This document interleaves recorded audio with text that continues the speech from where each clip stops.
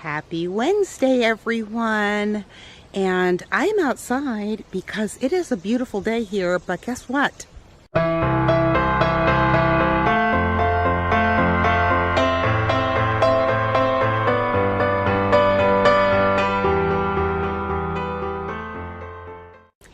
It is not morning anymore.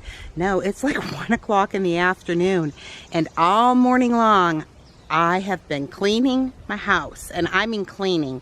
I moved out all the furniture. I took all the things that sit around and I cleaned them all. And so kind of decided to do that because I failed to do that this past spring. And hey, today's the first day of summer, right? I'm only a day behind.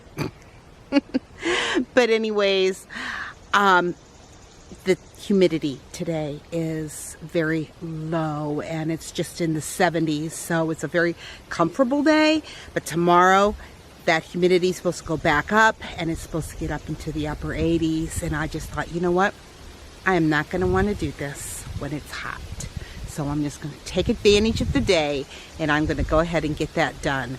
So just about done with it. I mean, I'm done with the cleaning, but putting everything back together and things like that. But I was reading that book that I got, and they have a lemon balm tincture that uses glycerin because it's supposed to be also something that kids can use. And so I want to make that. So I am going to pick myself some lemon balm leaves. And if there's one thing that my garden has plenty of, it's lemon balm, because it just reseeds itself and ends up going everywhere. I mean, I never planted any of that back there, but there's more growing. Yeah, look at, there's even some underneath that tree. Oh, and there's more over there. But we are going to pick us some leaves. I do not know if that's going to be enough, but I certainly can come back out and pick some more. So I think this will be it, and we'll see how much this makes. See you inside. Well, like I told you when we were outside, I am going to use a recipe from this book, Rosemary Gladstar's Medical Herbs, A Beginner's Guide. And I was just kind of surprised when it came to the lemon balm, because just to give you an idea of how wonderful this plant is, it has a lot of good uses. It's been known to help people with heart disease, heartache, depression, anxiety, nervous disorders. People with thyroid problems have been known to be helped, those with low thyroid function.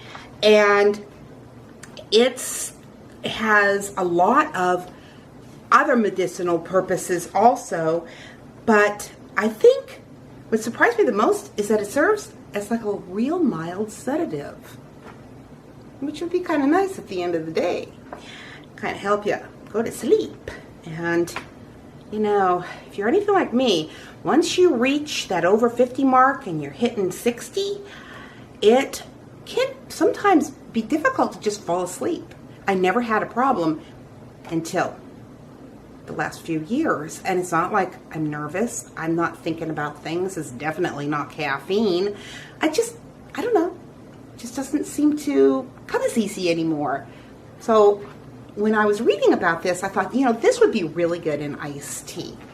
And because this is, like I told you, it's made with vegetable glycerin. And now when you go to buy your glycerin, you have to make sure that it's 100% pure vegetable glycerin that can be used for food.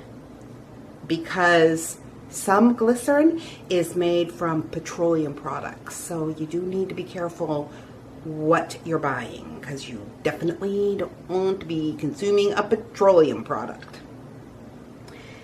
So, whoops, Basically, the recipe was very simple because you could have as much or as little of the lemon balm that you wanted. It all depends upon you and the size of jar you're using and how many leaves you have. So I am going to use what did I do with it? Here it is. I already have some in here. I don't have them all in here, but I'm using this size. And this is about a 1.5 cup size, but the measurements is 3 parts glycerin to 1 part water. So I'm just going to put a cup because then it's just 2 ounces, 2 ounces, 2 ounces, 2 ounces. So it'll be 6 ounces of glycerin and 2 ounces of water. That was easy for me to figure it out. Going to 1.5 cups, I could have done that, but now you're going 3 ounces, 3 ounces, and 3 ounces, and I have nothing that measures 3 ounces. I used to, but I don't know where it's at. So we're just going to go with a cup.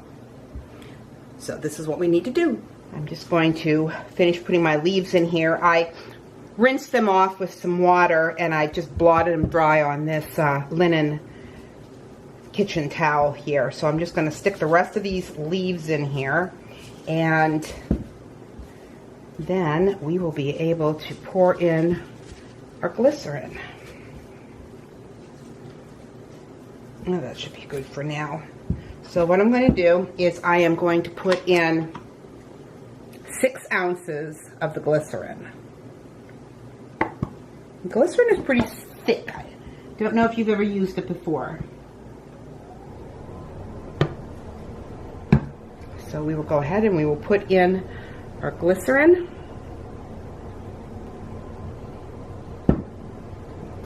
And I'll get some water. Let's make sure I got all that glycerin out of there. But that is all you do. All we have to do is sit this in a warm place for 3 or 4 weeks, and then we'll come back. We will strain it, put it in a clean jar, and we will have our lemon balm tincture. And I just think it's wonderful because one of the reasons why I wanted to do it was, one, it said that it had sedative qualities. And I just thought that this was a wonderful way to have a little bit of tea and be able to sweeten it a little bit, because glycerin is very sweet and you're not using sugar, so that's a good thing. But anyways, that was my main purpose when I read it, is I thought this would be a way to sweeten my tea. So in 4 weeks, we'll come back and we'll see how wonderful it is. And I'll talk to you in a little while. It's such a beautiful day that I decided I needed to get outside.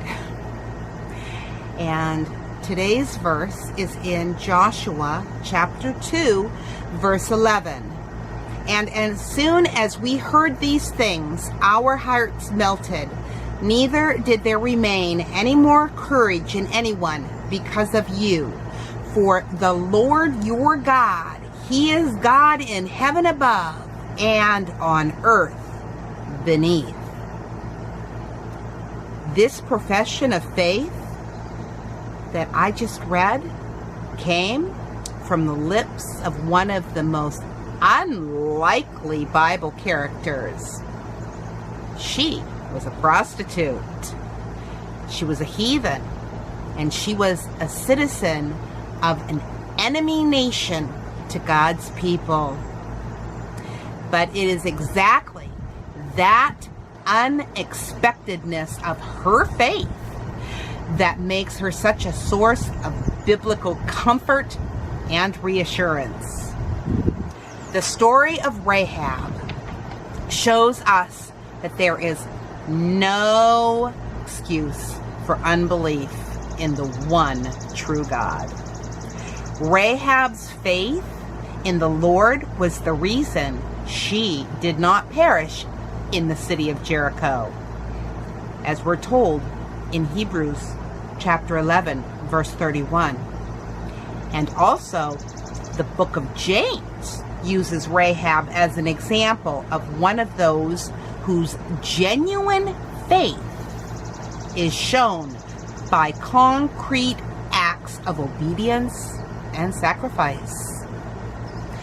When Rahab heard the report that all God had done for his people, delivering them out of Egypt, drying up the Jordan, conquering powerful kings, she trusted that this was the one true God in heaven and earth. If Rahab could come out of such a conflicting and hostile society to such a potent and unyielding faith, then it proves that no circumstantial or cultural barrier is strong enough to overcome genuine faith in the one true God. There's also great comfort in the story of Rahab, especially for those who have lived a lifestyle contrary to the Word of God. Here is a promiscuous woman with unsavory connections and a dark pagan past who was used of the Lord to deliver his people and eventually even usher in the Christ. What a powerful witness Rahab is of God's ability to forgive, to cleanse, and to even use those who come to him in faith. So with that, I want to remind you, life happens. Let's enjoy it. And be a powerful witness in this world, because we are in a world that is hostile to the things of God. We are in a society that people, they don't want to yield over to the Lord. But we, each one of us, we can be used by him as lights in this dark world. So God bless. I will talk to you tomorrow. And please be sure to subscribe and to share this video and to make a comment and to click a thumbs up if you liked it. It all helps this channel to be able to grow. So I just ask you to help me out. And I will talk to you soon.